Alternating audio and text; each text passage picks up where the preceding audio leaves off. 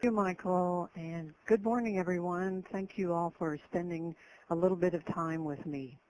This is a strange talk.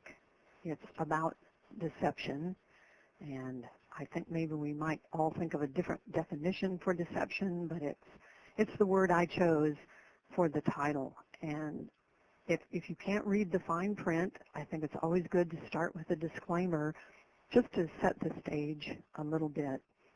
To say that I'm not an expert in cognitive science. A lot of this information comes from books and papers that I've been reading for the last 10 years or so.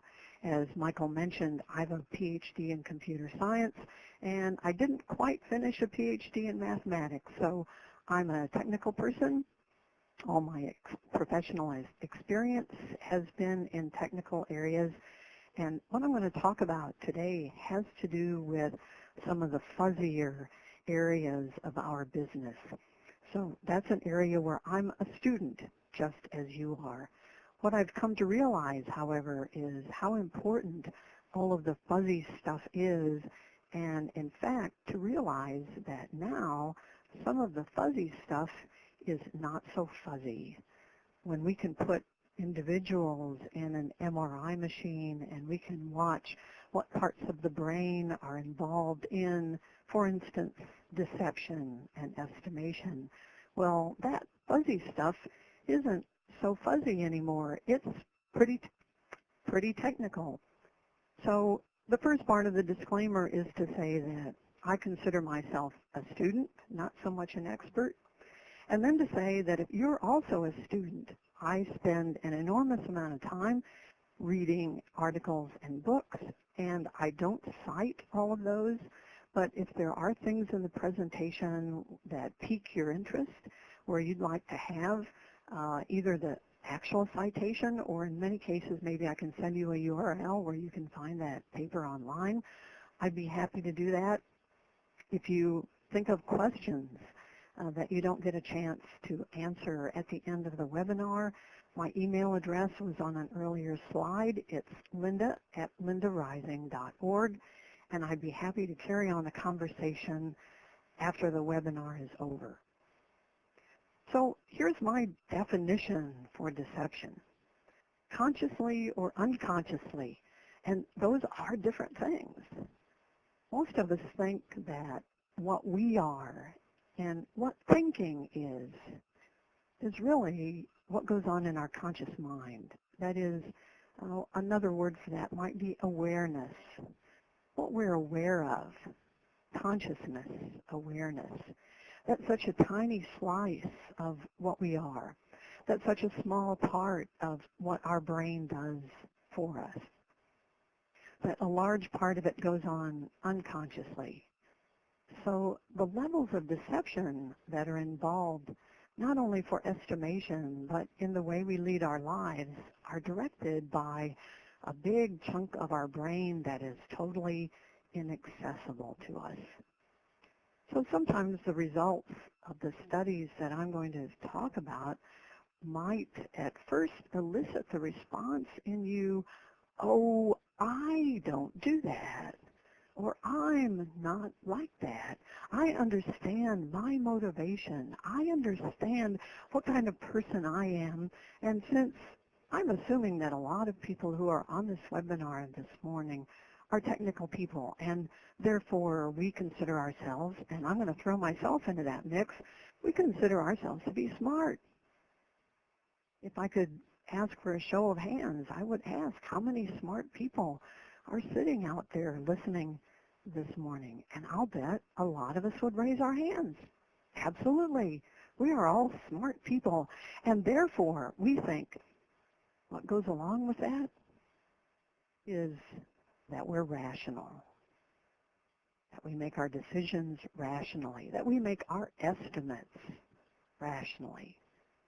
And others who are on the receiving end of any information we might convey, of any argument we might produce, well, if those people are rational, then that's how they should make their decisions as well. And what we're going to learn, unfortunately, is that that is not true. Now, My husband says that the reason I keep giving these talks is that I'm trying to convince myself that I really am reluctant to believe what I see in all of the books and papers that I read. That I hesitate. I want to hold on to the rational model. I want to believe that I am rational. I want to believe that other smart people are also rational. And what cognitive science is telling us is that not only are some of our decisions based on emotion or deception, some of them are telling us that that's how all our decisions are made.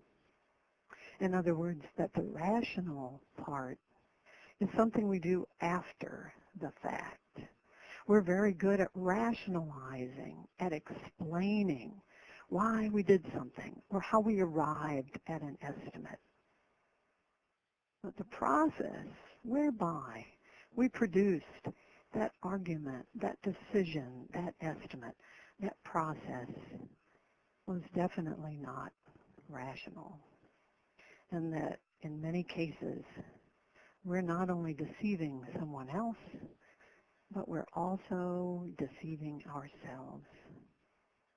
So there are several pieces to this definition, consciously or unconsciously, and that the deception involves not only deceiving some other person, but that we deceive ourselves. In other words, we're not aware that we're doing it. Maybe I should pause a minute, let that sink in. That's a difficult message, I know. So here's really the crux of the tale. The whole presentation is that we do this all the time. In fact, it keeps us very busy, this deception, conscious, unconscious, ourselves and others. We do it all day long. We do it without being aware of it, and we not only target ourselves, but we target other people. So I'm going to give you some examples, some results of studies. So we make estimates all the time. Estimation is not just a process that's reserved for software development or product development. It's something that we do all the time in our own lives. We make personal estimates. So I don't know how many of you out there have ever made the decision to get married. And I think at least most of you would agree that that probably wasn't a rational decision.